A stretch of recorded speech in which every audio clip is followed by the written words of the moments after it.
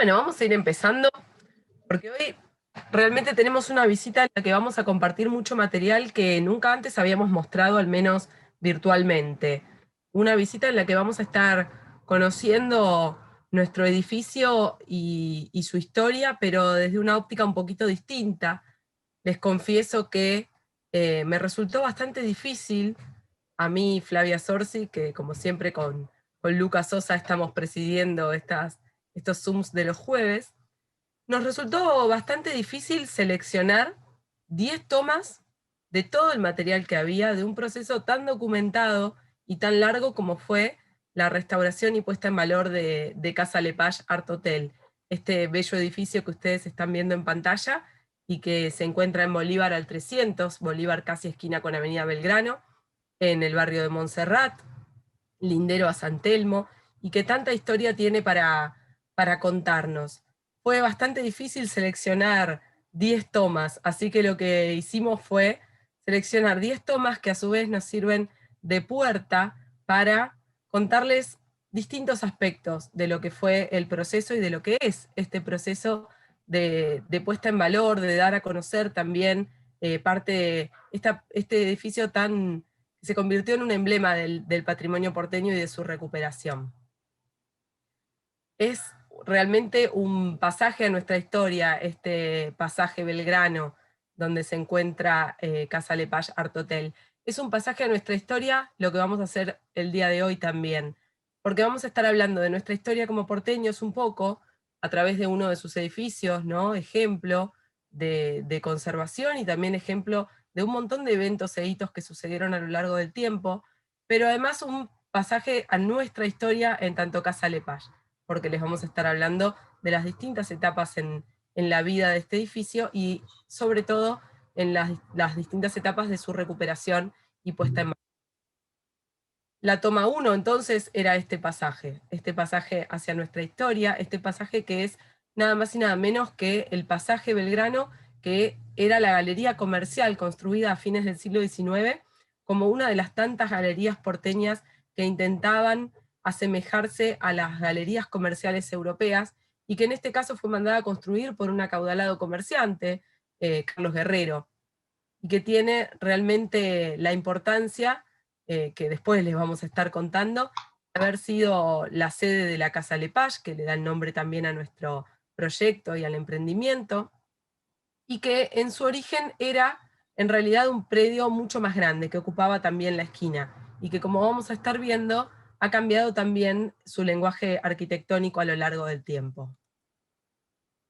La toma 2 tiene que ver con las entrañas de la tierra y nuestras raíces que se encuentran ahí. ¿Por qué? Porque a partir de la restauración de este edificio, a partir de los trabajos que comenzaron en el año 2004, de la mano del estudio de la arquitecta Ana María Carrio, comenzamos a indagar también en el subsuelo del edificio. Comenzamos un proceso bastante largo de recuperación del patrimonio arqueológico que nos llevó a conformar una colección que le dio vida al Museo de Sitio.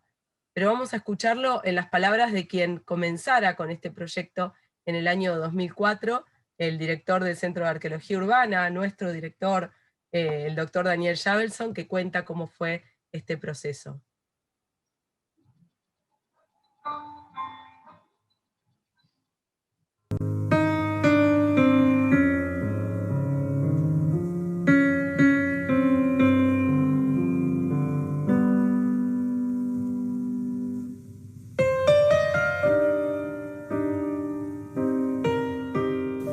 Hace algunos años sucedió algo muy interesante para la historia y para la arqueología de Buenos Aires.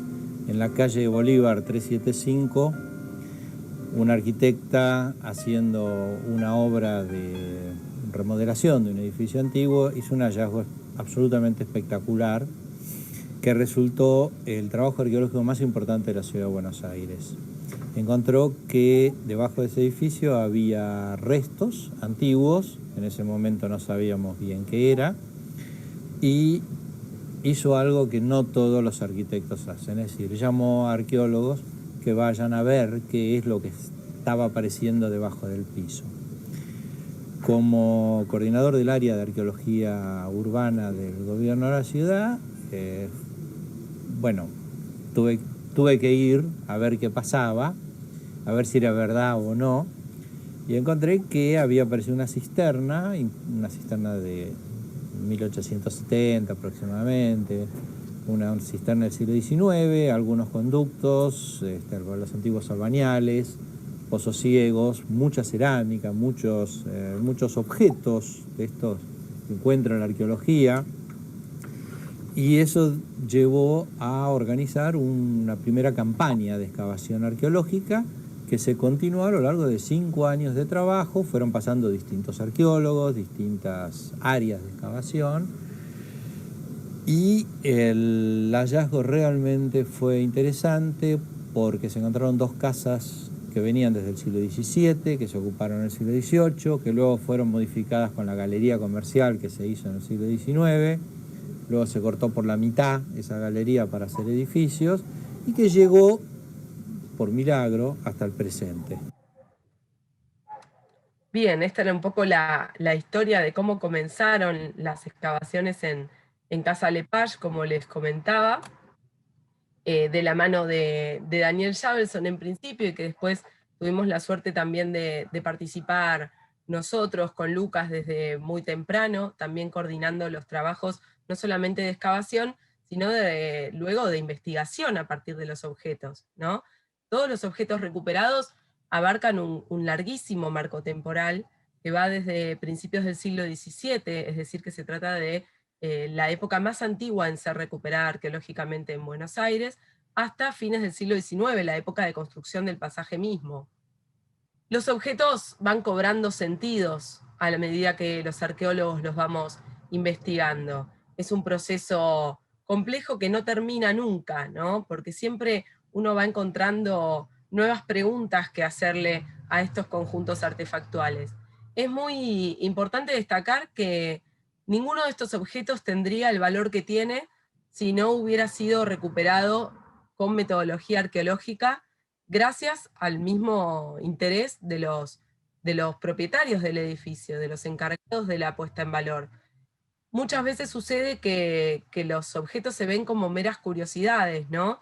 Se coleccionan, se ponen desde una óptica más estética que científica, y entonces se pierde mucha de esa información que estos objetos nos pueden brindar sobre distintos aspectos de la historia y la vida cotidiana de nuestros antepasados, ¿no? De quienes poblaron antes que nosotros nuestra ciudad. En este caso, fue bien distinto el proceso, afortunadamente. Se desarrollaron distintas campañas arqueológicas, se publicaron trabajos, se analizó el material en profundidad, todavía queda mucho por hacer, se pudieron recuperar fragmentos realmente de objetos que hasta el momento eran desconocidos para la arqueología argentina, tanto cerámicos como vidrios muy antiguos, los más antiguos que se han recuperado en la ciudad, y por supuesto objetos muy pequeñitos que si hubiera sido una tarea apurada, digamos, si hubiéramos excavado a las apuradas y corridos por los tiempos de una obra, como muchas veces ocurre en las grandes ciudades, no hubiéramos podido recuperar, ¿no? Como son estas cuentas de vidrio que vemos acá a la derecha. Flavia, sí, lo que estás diciendo con respecto a los tiempos es real porque, bueno, en este caso es importante destacar, digamos, el interés de los propietarios en poder, digamos, en autorizar las excavaciones y que se pueda, digamos, excavar metodológicamente y obtener todos esos objetos que estaban ahí, ¿no? Porque nos suele pasar que con el Centro de Interpretación de Arqueología, bueno, con compañeros de arqueología, vamos a las obras y generalmente cuando vamos ya el contexto está destruido porque pasó la retroexcavadora y como decías vos recién, tenemos que estar levantando todas las apuradas, no hay estratigrafía, no existe nada, es levantar lo que está en la montaña y llevárnoslo y se pierde una información muy importante. Claro, se pierde la posición estratigráfica, se pierde la asociación entre los distintos objetos, la sucesión temporal, ¿no? Que se puede establecer si uno analiza la estratigrafía. Se pierde muchas veces la integridad del objeto mismo, ¿no? Porque si uno excava a las apuradas o con maquinaria pesada, muchas veces los objetos se destruyen. bueno, es notable, la verdad, la pérdida de información que se produce. Y por más que a uno le encanten, como digo siempre, los objetos como objetos mismos, ¿no? Como pequeños tesoros que alguno que tiene esta pasión por las antigüedades le puede interesar, más allá del objeto, lo más interesante es la reconstrucción de las historias que estos objetos nos pueden estar contando, ¿no? Es así que los vamos trabajando con distintas metodologías según cada uno de los especialistas. Es un trabajo apasionante y multidisciplinar, ¿no? En el que consultamos a todo tipo de profesionales que también se ven involucrados, desde sí, historiadores del arte, a veces químicos, a veces zoólogos, a veces biólogos, de Arqueólogos, o en el caso de Marito geólogos. Silveira, nuestro arqueólogo Ujú. amado, Marito, Tal cual. y los restauradores, ¿no? También Patricia Franklin. Y los restauradores, sí, Formo parte de esta. después vamos a estar hablando especialmente, escuchando sobre esa parte tan importante del proceso que es la restauración. En cuanto al análisis cerámico, como ustedes pueden ver, tiene mucho que ver con el armado de rompecabezas, no solamente para ver la pieza, porque muchas veces uno ya sabe a qué clase de objeto pertenece un fragmento, pero el interés va más que nada por ejemplo, poder determinar cómo y por qué ese objeto se rompió, si se conservó en su totalidad, en el 100% de sus fragmentos, o se perdió parte, y esto nos va hablando también de la historia de formación de ese sitio arqueológico, ¿no? Podemos ver, por ejemplo, si el depósito en el que se encontraban estos objetos sufrió en algún momento algún tipo de intervención que le sacó volumen, que se llevaron tierra, hablando mal y pronto, de uno de esos depósitos, y con esa tierra fragmentos, o bien si quedó así desde el mismísimo momento en que los habitantes de la ciudad se deshicieron de sus residuos, en su contexto en general doméstico, ¿no? Donde vivían, era la forma que tenía la gente antes de la recolección sistemática de residuos, de deshacerse de lo que ya no servía. A medida que los vamos reconstruyendo, los vamos también pudiendo identificar. Muchas veces un fragmento muy pequeño no es sencillo de identificar en el sentido cronológico o de saber de dónde proviene. A medida que los vamos armando ya podemos ver las figuras más completas, y esto nos permite consultar catálogos y bibliografía específica para poder saber de dónde han venido estos objetos y cuándo han sido elaborados y utilizados. En este caso, por ejemplo, se trata de mayólicas portuguesas de principios de 1600, entre 1600 y 1650. Tenemos casos muy interesantes también que los podemos descubrir a partir de que tenemos confianza en cómo ha sido la excavación. Esto es un lebrillo inglés, ¿no? Es un gran recipiente de cerámica vidriada del siglo XVIII, de fines del siglo XVIII, y digo que al saber cómo fue la excavación podemos saber que si a este recipiente le falta la mitad, no es porque a nosotros se nos pasó, ¿no? Sino porque en su momento no ha sido arrojado entero al pozo de residuos. Y otra cosa que podemos saber es que esto, no sé si llegan a verlo, este desgaste que tiene la pieza en el centro de su base, no la hicimos nosotros con el cucharín, ¿no? Porque excavamos bestialmente, sino que es un desgaste producto del uso intenso que tuvo esta pieza a lo largo del tiempo. Imagínense, por ejemplo, una persona revolviendo con un cucharón el fondo de este recipiente y dejando las marcas de ese objeto en el vidriado. Son todos pequeños gestos que se pueden reconstruir a partir de la observación detallada de estas piezas, sobre todo posibilitada por esto de haber excavado con metodología arqueológica, sin demasiado apuro.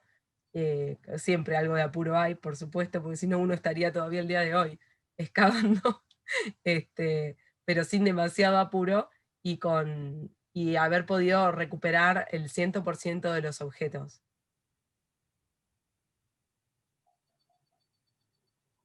la toma 4 tiene que ver con generar un orden en el caos.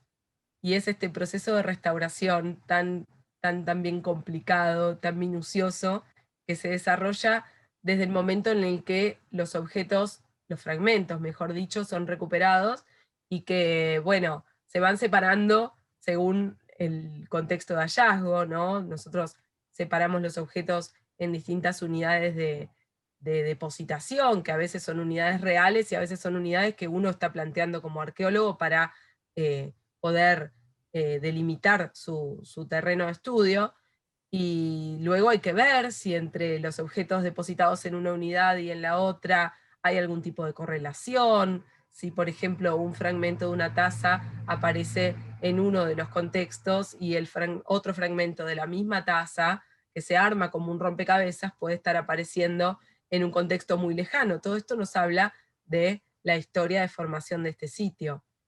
Por eso también, además de porque gozamos de ver restaurados, es tan importante este proceso de restauración. Además, perdón, Luqui, ya te dejo, el estudio de los materiales, ¿no? El estudio de los materiales que producen los restauradores, que desarrollan los restauradores, tiene que ver también con muchos procesos químicos que pudieron haber sufrido estos materiales luego de haber sido enterrados, depositados en el terreno. Y eso también nos brinda valiosísima información sobre la historia del sitio. ¿Sí, Luqui? No, les quería contar que una de las pasiones preferidas mías de cuando llegan los restos al centro de interpretación, me va a parecer muy loco, pero es el lavado, porque es el primer proceso, digamos, cuando vienen los restos del sitio. Porque entre tantos objetos y entre la tierra y todos los sedimentos que hay, uno empieza a lavar piecita por piecita, no sabe qué se va a encontrar en todo ese cúmulo de restos y de sedimentos, ¿no? Y una de las tareas que más me gusta, que hago con mucha paciencia, es cuando hago digamos, cuando retiro las piezas más pequeñas con una pinza. Es como una terapia más o menos, ¿no? Más que nada los huesos más chiquititos, que son espinas, escamas, etcétera, que bueno, después de un buen lavado, me pongo con una lupa y con una pinza a sacar espinas, escamas, huesos muy chiquititos, semillas, etcétera. Y bueno, es una de las tareas que más me apasiona a la hora de hacer ese paso, ¿no? Que es el lavado. Y después, bueno, el siglado. Bueno, cada una de esas piezas que están viendo ahí lleva, digamos, un número de... El siglado se llama, que es el número de piezas, el número de sitio, etcétera, que eso se hace con un esmalte y con una microfibra, pieza por pieza. Entonces estoy horas arriba de la mesa siglando las piezas digamos, de los restos que llegan al centro, ¿no? Bueno, después queda en manos de la restauradora, que son las encargadas de armar el rompecabezas, que es lo más difícil. Sí, que a veces a uno le mata la ansiedad de empezar a armarlo y te tenés que limitar porque hay que dejar a los expertos que se ocupen sobre todo de adherir fragmentos entre sí. Uno puede adelantar un poco el proceso guardando juntas las piezas que ya descubrió que remontan, como decimos nosotros, que se arman, ¿no? Entre sí. Pero la forma de adherirlas tiene, por supuesto, su ciencia, y son ellas, a quienes ahora vamos a escuchar, las encargadas de llevarla adelante.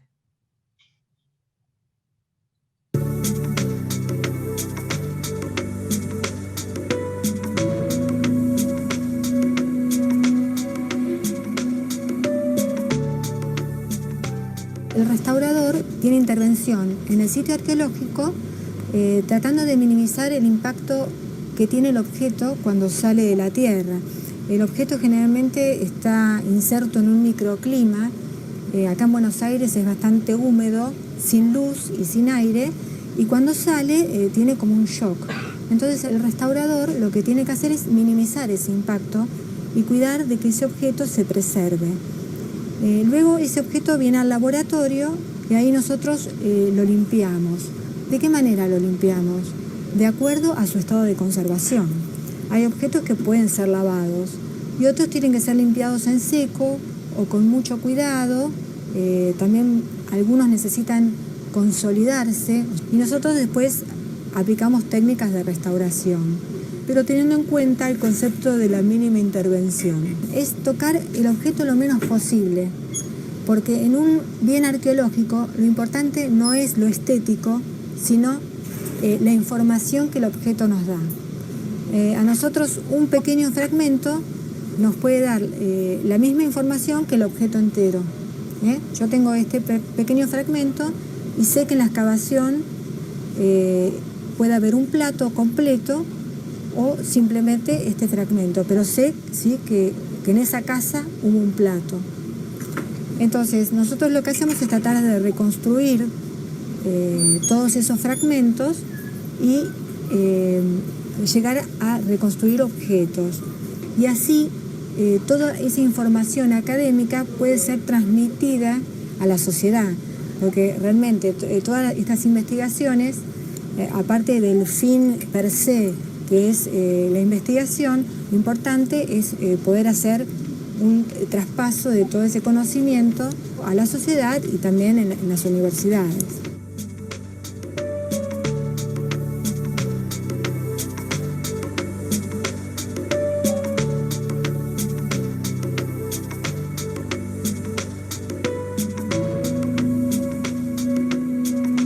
El material de Bolívar 373 está compuesto por muchas materias primas. Este trabajo se comenzó con las mayólicas, son mayólicas del siglo XVIII y XVII. Después seguimos con las losas industriales. Allí comenzamos con las losas de color. Esa decoración ya no es tan manual, sino al ser industrial, lo que se buscaba en ese momento era más rendimiento económico. Entonces las decoraciones son más mecánicas. En este momento estamos trabajando con losas lisas, que es un trabajo muy arduo por la cantidad de material que hay. Después de esta etapa vienen las cerámicas de baja cocción, generalmente son más rústicas y tienen mayor antigüedad. Luego sigue todo lo que es vidrios. Y por último vamos a trabajar con los restos óseos animales, que es un material muy delicado que exige un cuidado especial.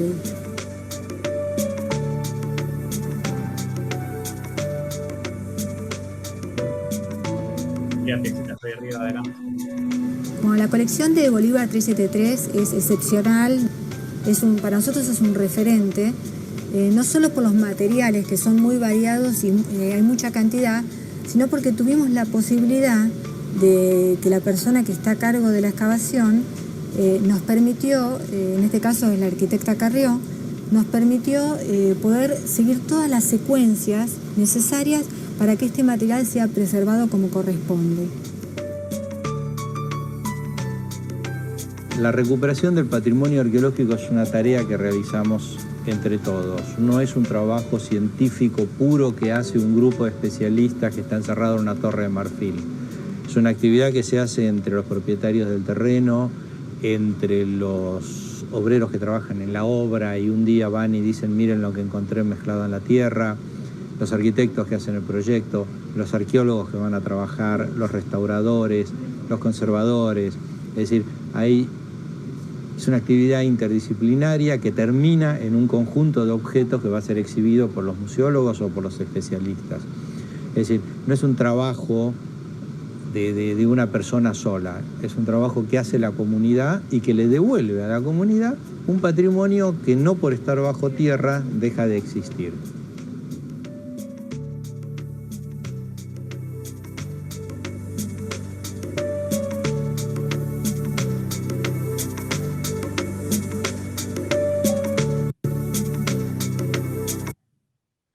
Bueno, y estas palabras de Daniel y de Patricia relacionadas con la importancia de la preservación y la socialización de este patrimonio, ¿no? Nos llevan a la toma 5, que es la musealización del patrimonio de Casa Lepage. Nosotros tuvimos la suerte, la enorme oportunidad, no solamente de recuperar los materiales, sino de poder exhibirlos in situ.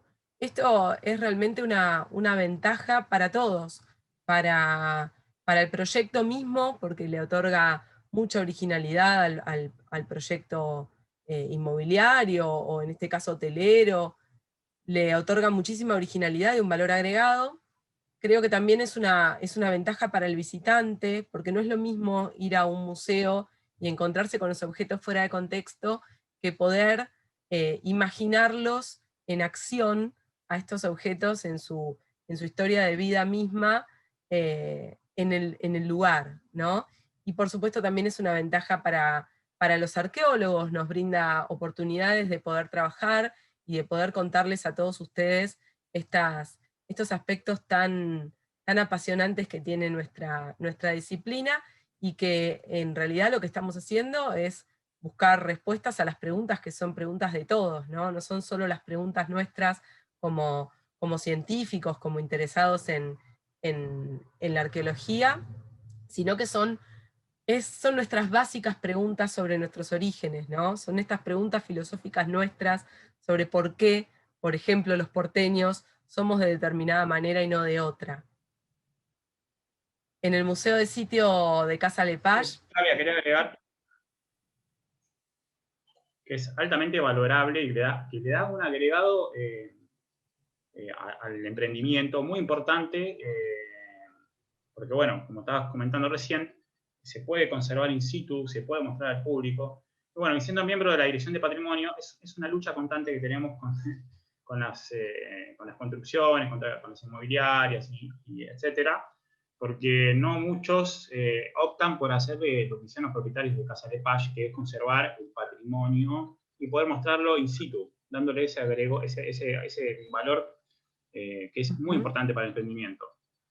Hay gente que no, realmente no le interesa y directamente... Hay pocos casos en Buenos Aires, ¿no? Pero bueno, sí. Por suerte pasa eso, que la gente directamente no le interesa, lo arrasa. Creo que está... Perdiendo además el valor patrimonial. Está dando sus frutos todo este trabajo de distintas voces, ¿no? Tanto de privadas como de instituciones, en pos del patrimonio. Yo soy bastante optimista en este sentido. Creo que está dando sus frutos y ya no hay tanta gente que te dice que hay que barrer con lo viejo, ¿no? Y darle paso y rienda suelta a una idea de progreso que uno no niega. No, claro. En mi opinión, y creo que en la de todos los que trabajamos en estos temas, no puede negar la preservación de lo histórico, ¿no? Para mí no hay progreso sin historia, Claro. no hay la posibilidad de progreso. No, por supuesto. No hay progreso sin historia, es imposible sin aprender de quienes fuimos, y sin hacernos este tipo de preguntas de las que hablábamos antes, imaginarnos mejores, ¿no?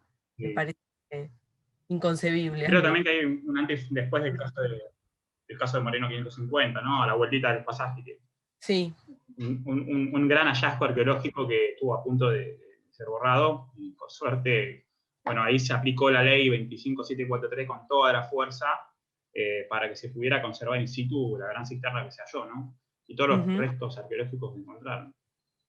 Y la participación de los vecinos, la participación de los ciudadanos en esto es muy importante, porque son quienes presionan, quienes denuncian, y me parece que las acciones vinculadas con dar a conocer el patrimonio son las que garantizan su preservación, porque cuando la gente sabe lo que tiene, lo que vale, todo lo que tiene, lo que vale en el mejor de los sentidos, ¿no?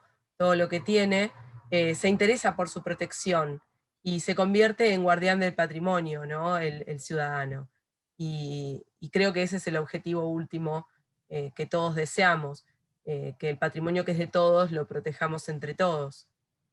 En el caso de Casa Lepage, las estructuras que fueron dejadas a la vista tienen que ver con estas estructuras de manejo del agua anteriores al sistema de agua corriente, y fueron dejadas a la vista a través de pisos de vidrio ventilados para que pudiera conservarse el ladrillo y a la vez para que pudieran observarse los restos, porque lo que sucede es que de lo contrario se empañaría el vidrio y eso provocaría daños importantes en las estructuras y además impediría que lo viéramos.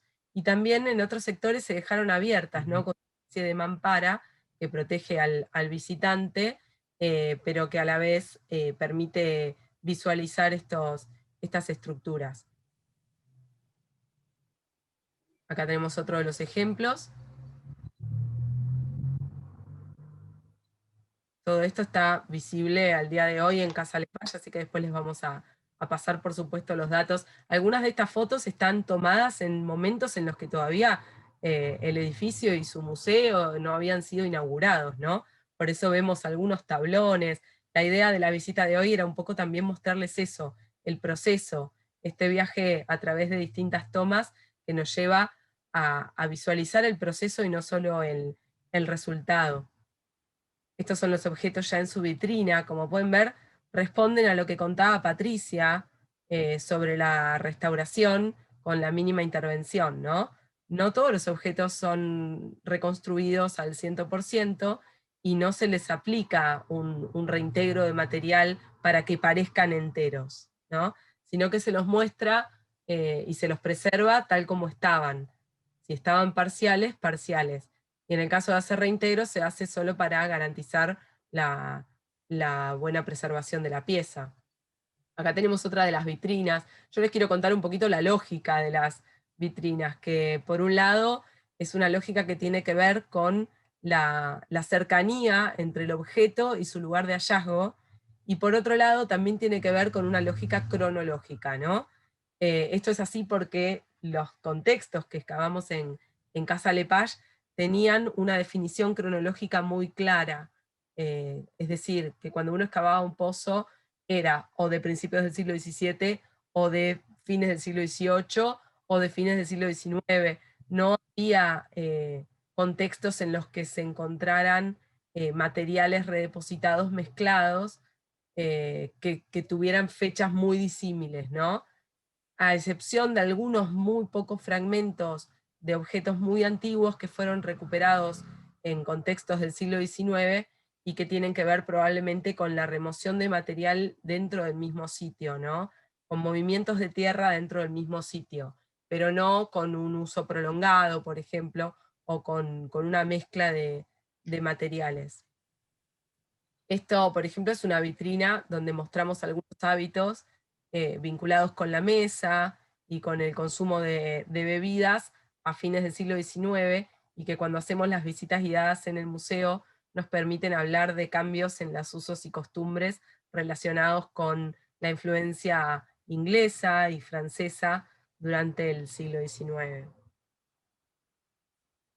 Acá lo que tenemos son cimientos de fines del siglo XVIII, que corresponden a una antigua propiedad, como nos mencionaba Javelson hace algunos minutos, una propiedad de fines del siglo XVIII, de la que se recuperaron estos y algunos otros cimientos, y que gracias al estudio histórico desarrollado por Francisco Girelli pudimos identificar como la propiedad de Josefa Puebla y Francisco de Almandós, un matrimonio de los típicos matrimonios un poco mixtos, ¿no? Entre un español navarrino y una criolla, comerciante, ¿no? Y que establecían su local, como sucedía tantas veces, de venta al menudeo, que funcionaba en este mismo lugar, y su vivienda, en este caso una casa de Altos, una de las primeras casas de 2 plantas que hubo en Buenos Aires, con ladrillo cocido, otra innovación para la época, que nos habla también del poder económico que tenía esta familia, y que mientras vendían al menudeo en su local, también se dedicaban al comercio de ultramar a gran escala, ¿no? Estos son otros objetos que tenemos también exhibidos, tinteros. Bueno, los objetos son muy, muy, muy variados, nos hablan de distintas esferas de la vida cotidiana, y como les dije, son de distintas épocas también. Y cada uno tiene su nomenclador, que también fue pensado, lo pensamos junto a Francisco, tratando de que fuera informativo, pero a la vez legible. Se seleccionaron los objetos que fueran más legibles también para el espectador, no necesariamente que fueran bellos, sino que contaran una historia interesante y que el espectador, el visitante, la pudiera percibir a través de pocas palabras, ¿no? El nombre del objeto, el material con el que fue fabricado, la procedencia, a veces precisa y a veces aproximada, y la datación, a veces más precisa y a veces más aproximada. Como pueden ver en este nomenclador, son tinteros de vidrio y de gres cerámico, son producciones europeas de fines del siglo, segunda mitad del siglo XIX.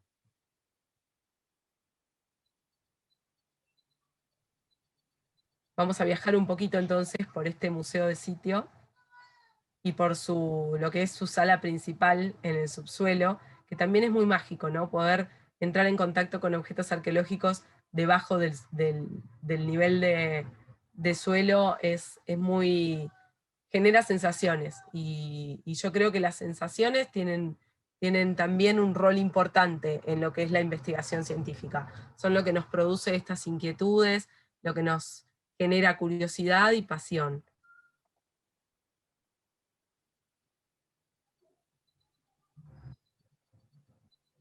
Acá entonces estamos en la sala principal, donde concentramos la gran mayoría de los materiales exhibidos que datan de principios del siglo XVII y segunda mitad del siglo XVIII.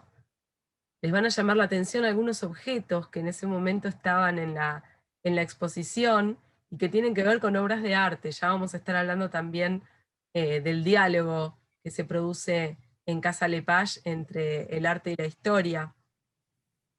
Esto, por ejemplo, es una obra de arte, no es un objeto arqueológico, pero se encuentra dialogando con los objetos de las vitrinas. No sé si vieron el personaje con la escafandra, que estaba recién, que estaba colocado, también es una obra de arte, ahora lo van a ver de nuevo, colocado dentro de la cisterna, ¿no? En un diálogo muy, muy provocador entre el arte contemporáneo y la historia. Esa estructura en forma de domo que ustedes ven, es una cisterna de acumulación de agua. Estos son los cimientos originales del edificio de fines del siglo XIX. Lo que se hizo fue excavar un sótano a medida que recuperábamos objetos y contextos, excavar un sótano que no existía. Todo este sótano lo hemos excavado manualmente entre los arqueólogos y los operarios, y allí se decidió las vitrinas donde mostramos los tesoros de la colección, que para mí son los de mayor antigüedad, que en su momento, realmente al momento de ser hallados, no tenían, todavía al día de hoy, no tienen parangón con otros sitios arqueológicos de Buenos Aires, en cuanto a su antigüedad, su integridad y su abundancia. Y la toma 6, esta sí es una toma, hermosa toma de Patricia, si no me equivoco. No sé quién fue el fotógrafo, pero me encantó esta foto. Buenísimo. Tiene que ver con el nombre y la identidad de un proyecto. Esto que ven a su derecha es una antigua cámara de fotos con su plaquita original que dice Enrique Lepage y compañía, calle Bolívar 375, sucursal Avenida de Mayo, ¿no? Y Buenos Aires aún con Y. Es una cámara original de la Casa Lepage, esta casa que importaba artículos de fotografía y que había establecido su primer local en la Galería Comercial del Pasaje Belgrano, es decir, allí mismo en Casa Lepage, a fines del siglo XIX, y que de allí en más, desde ese momento en adelante, y desde ese punto geográfico hacia los puntos más distantes, ¿no? Montevideo, Santiago de Chile, se fue ampliando como un verdadero emporio comercial que tenía que ver con el cine, la fotografía y la música, ¿no? Y fíjense cómo esta cámara que está ahí adornando la recepción del Casa Lepage Art Hotel se superpone con el nombre actual del proyecto, Casa Lepage, con un juego de palabras entre casa y Casará, que es el nombre de la familia, y Lepage, por ser el nombre de esta este inmigrante belga que decidió emplazar su local en esta galería comercial y dando origen ahí a la fotografía y al cine nacional, ¿no? Y esta identidad relacionada con la historia del edificio es realmente lo que le otorga originalidad al proyecto, al hotel y a todo el complejo que alberga el edificio el día de hoy. Y además de la originalidad le otorga, creo que bueno, autenticidad, ¿no?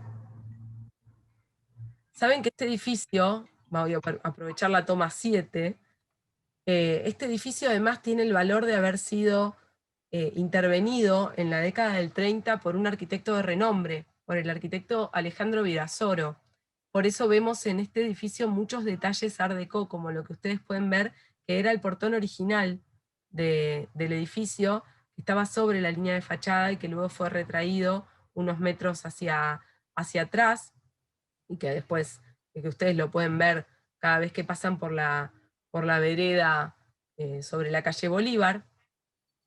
Y al momento de la puesta en valor, los arquitectos, bueno, Ana María y su equipo, tomaron muchas decisiones relacionadas con el estilo del edificio.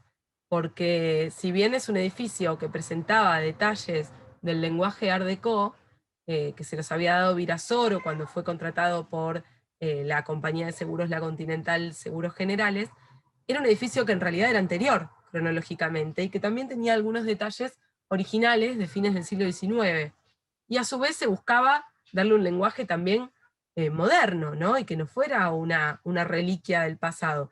Entonces han tomado decisiones importantes que le dan al edificio actual un eclecticismo muy, muy agradable, ¿no? Que ahora van a estar viendo. Ahora me voy a concentrar en los detalles art déco que tenía el edificio. Estos son fotos del momento en que comienza su puesta en valor. Fíjense, por ejemplo, las letras, ¿no? Hasta las letras de los números de los departamentos son diseño de Alejandro Virasoro. Las formas geométricas y escalonadas, ¿no? En esto que es una de las fachadas internas, digamos, del pasaje a cielo abierto.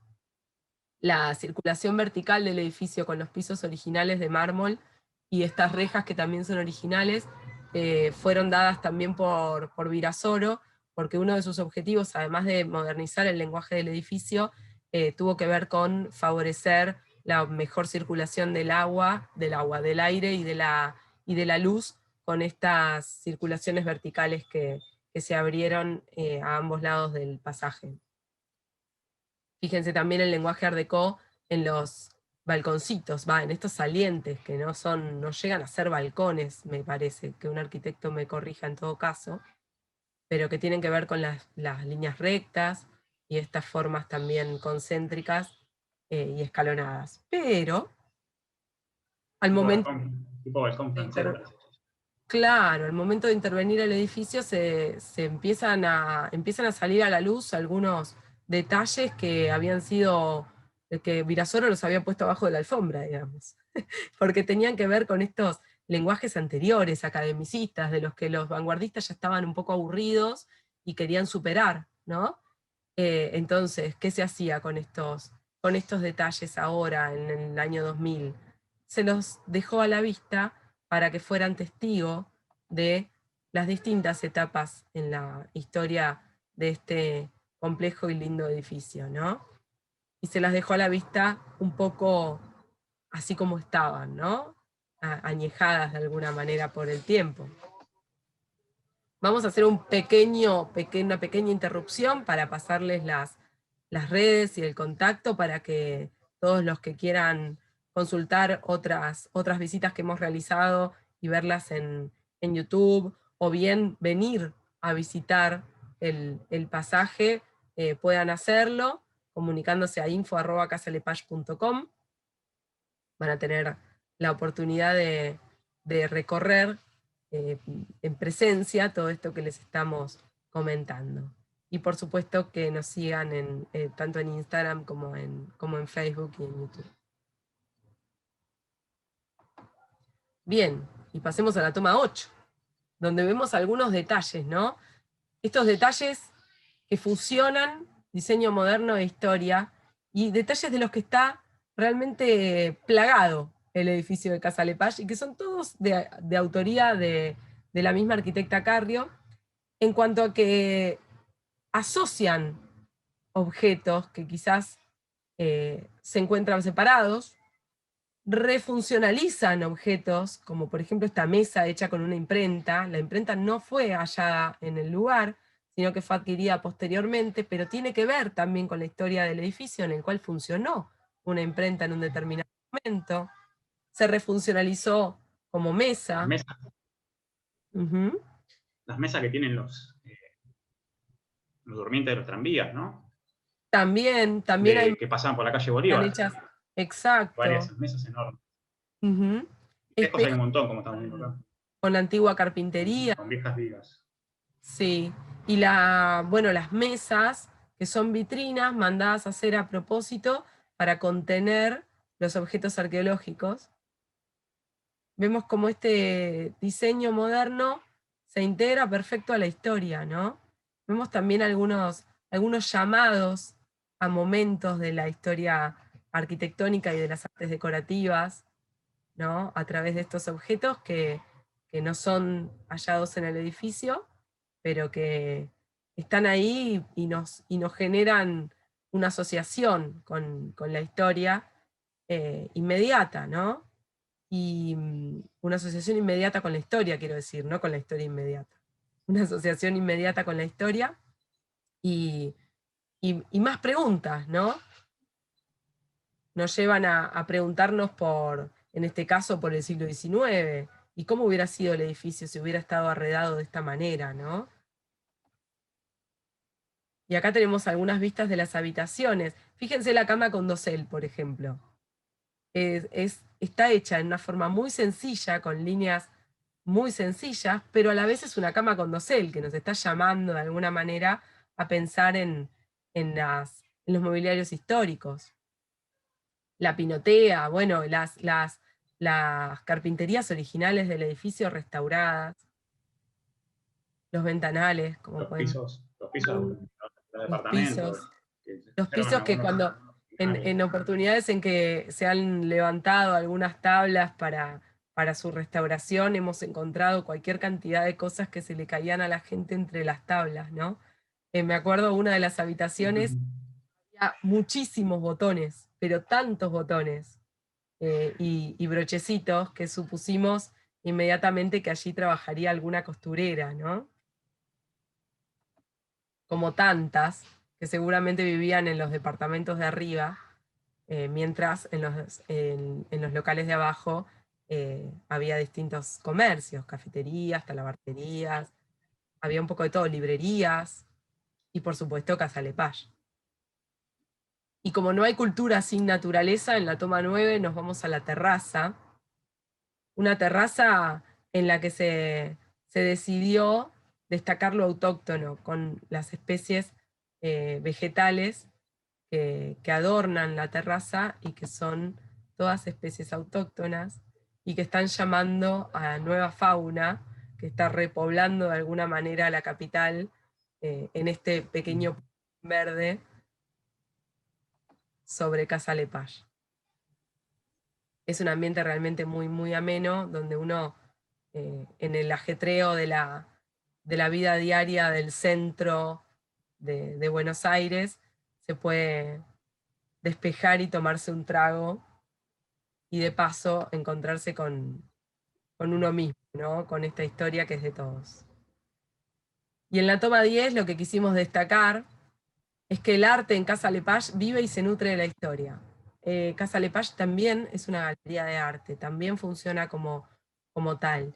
Y es una galería de arte que, como vimos, expone objetos de arte moderno, pero también vemos algunos detalles en el edificio que tienen que ver con este llamado al pasado a través, por ejemplo, de estos rosetones, de réplicas de elementos arquitectónicos antiguos. Y también de estas por ejemplo, las bachas, ¿no? Las bachas de diseño que son diseño de la misma arquitecta Carrió y que de alguna manera son una llamada a estas cerámicas azules sobre blanco que tanto hemos recuperado en los contextos arqueológicos. O el diseño de este piso, hecho con teselas al modo de cómo se hacían los pisos, y que hemos recuperado además fragmentos de estas teselas en contextos arqueológicos de Casa Lepage, y que están como reinterpretados en estas geometrías tan hermosas que están en planta baja. O los angelitos arcabuceros, dos antigüedades. Sí.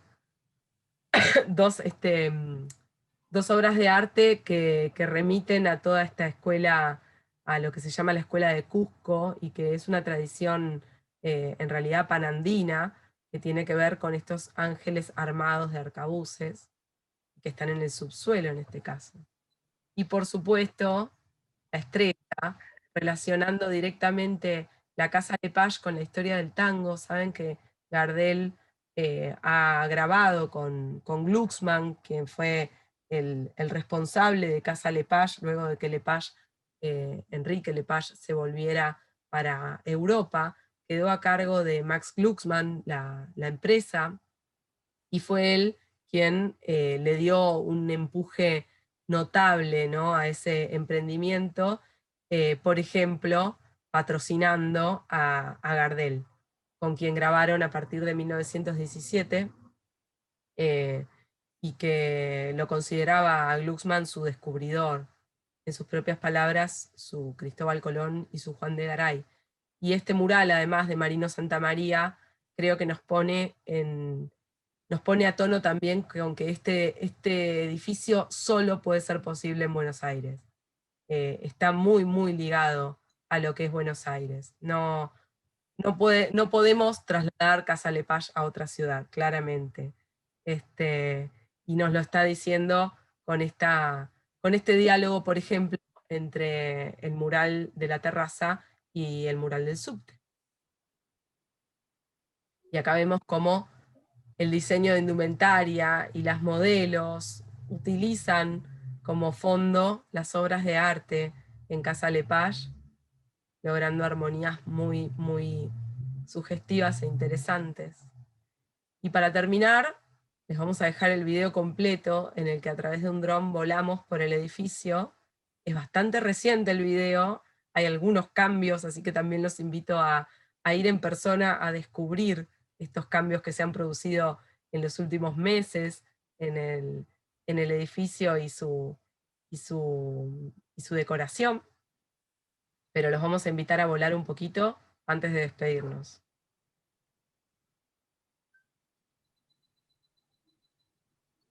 Por acá ya estuvimos, ¿no?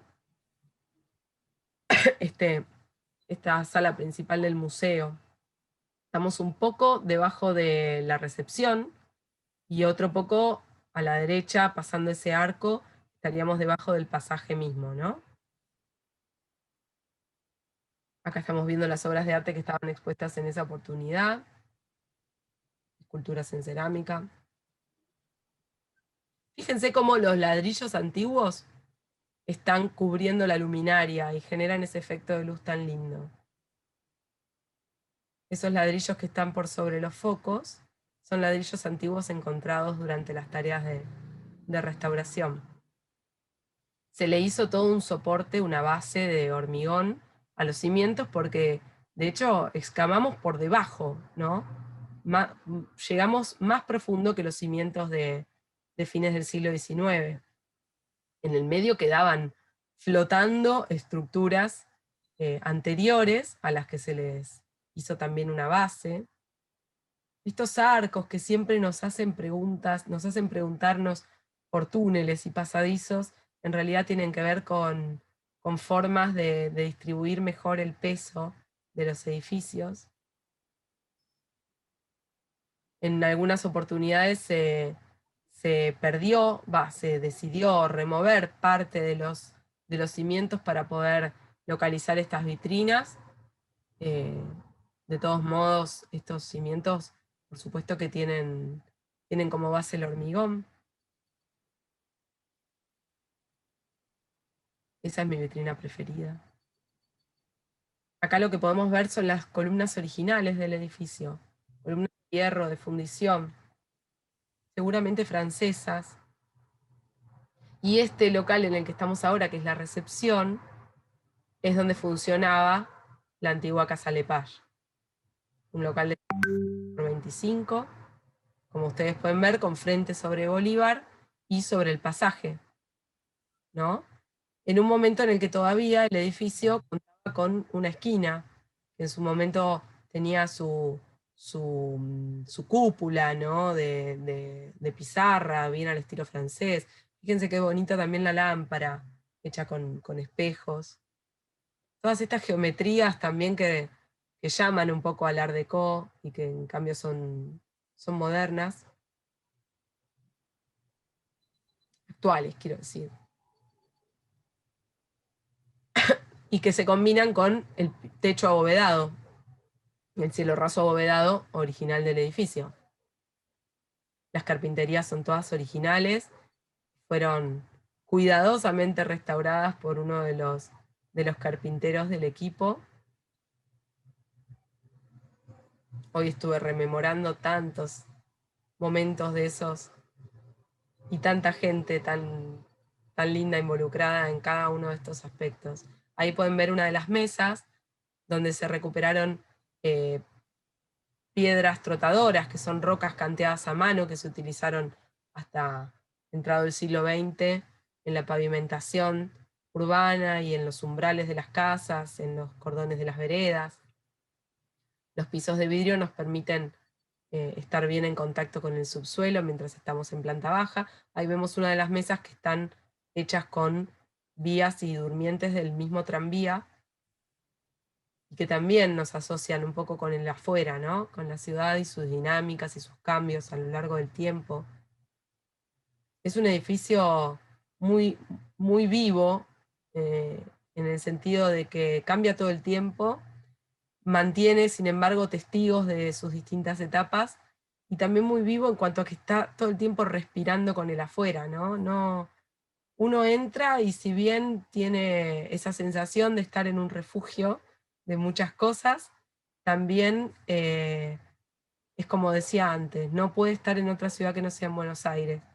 Uno vive Buenos Aires adentro del edificio también, porque justamente con todos estos testigos de la historia urbana, uno no pierde nunca el contacto con lo que fue la transformación de Buenos Aires desde la pequeñísima aldea de principios del siglo XVII hasta la megalópolis actual, pasando por la pequeña aldea del siglo XVIII, por la gran aldea del siglo XIX y por la París de América de fines del XIX y principios del XX.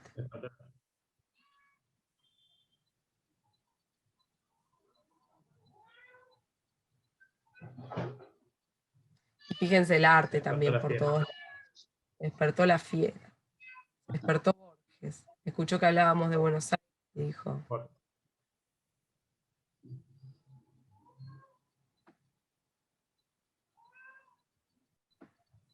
no entiendo el mensaje al chat. Alguien escribió al chat. Creo que está mencionando... Recepción del hotel. Sí, la recepción del hotel. Esto es la recepción del hotel.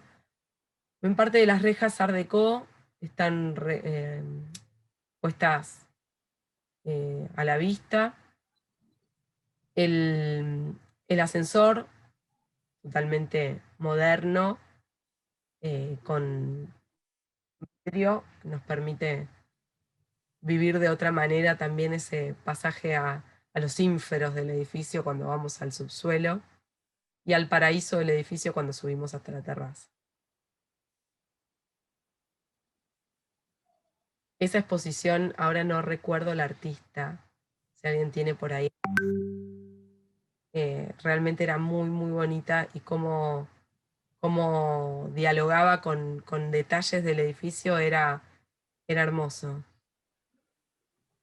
El año pasado, en las charlas que hizo la curadora del hotel, que están todas grabadas ahí en el canal de YouTube, contaron acerca de esta muestra y entrevistó, Marta Bravo entrevistó al artista, porque esta es una colección de niños, de estatuas de niños,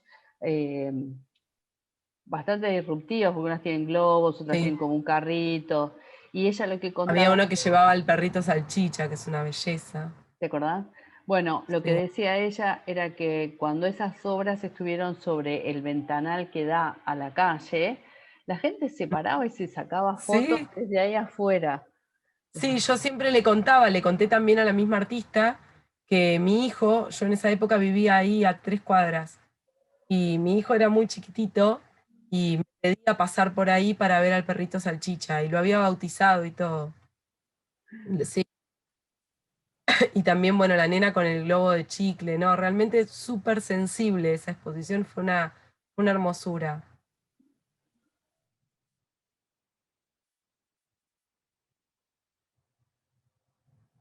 Sí, así a lo largo de los años que ya van desde la inauguración, y ya desde antes, porque en realidad se han organizado eventos de arte mientras el edificio estaba en obra, así como también hemos hecho visitas guiadas al momento de la excavación, donde dejábamos pasar gente, en forma controlada, por supuesto, y les íbamos mostrando las distintas tareas que desarrollábamos los arqueólogos, desde el lavado hasta la excavación, bueno, todo.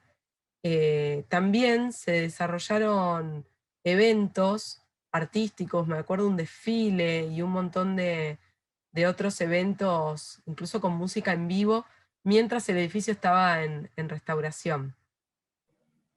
Bueno, ahora con el edificio ya terminado y así como luce acá, vamos a empezar con los eventos. De hecho, este sábado hay uno y va a haber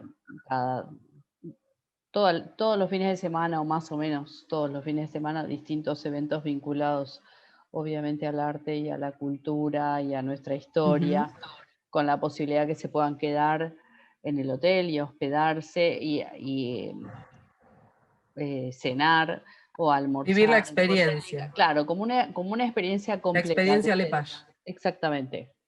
Sí, o sea, también va a ser temática, ¿no? Porque lo que te digo, hay algunos contenidos vinculados al arte, otros con la historia, siempre las visitas guiadas para quienes quieran conocer todo el lugar, pero la experiencia va a sumar eventos puntuales que van a ser únicos, que no se van a repetir. Bueno. Fantástico.